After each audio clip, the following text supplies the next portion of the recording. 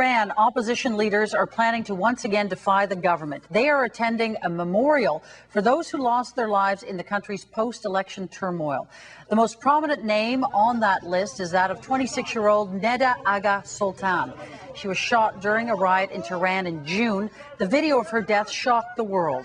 Today's memorial is being held at the cemetery where she is buried, and that's where we'll pick up the story now with our Nala Ayed. Lucy, it's been 40 days since Neda Soltan died, and she was, as you mentioned, a music student who happened to be near the protests in the company of her music teacher when she was shot in the chest and died. It was a death that was captured on cell phone video and, as you mentioned, seen by millions around the world, and it was condemned by many people. Even U.S. President Barack Obama said he was moved by what happened to her. She also became a powerful symbol for the protesters themselves. And you might recall at the time there were lots of protests going on and lots of clashes going on, and the family was prevented from publicly mourning her, and she was buried quietly in private. Now, as is tradition in Islam, the plan is to mark the 40th day after her death to remember her, but if the plan actually goes ahead, this will not be an ordinary 40th day commemoration. It will, in fact, be a silent vigil of perhaps thousands, perhaps more, of people who will finally get a chance to pay their respects in public for Neda and for the at least 10 other people who died on that day, June 20th. The opposition movement had asked for permission to hold a memorial for her, but actually at a mosque, not at the cemetery. But the government refused the request. So instead, the opposition will have the gathering. It will be at the cemetery where Neda and other protesters are buried.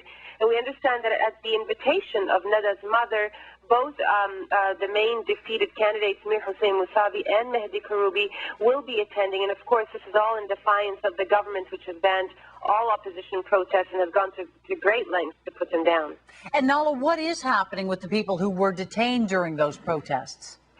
Well, there are still hundreds who are in prison as far as we know. Of course, we don't know the exact number because of the restrictions on media activity in Iran.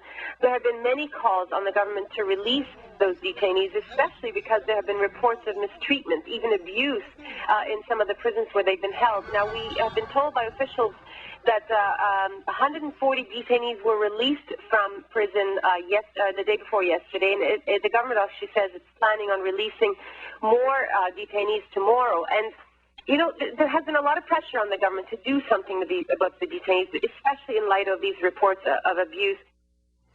And that was Nala Ayed in Beirut reporting for us. And we're just learning at this moment that, in fact, hundreds of those protesters and people who wanted to remember those who lost their lives had gathered in the cemetery. There was a large police presence there to meet them, and they immediately began to start dispersing the crowd. And then the latest report is that police have now started arresting the mourners, and we'll keep you up to date as we get more information. As you know,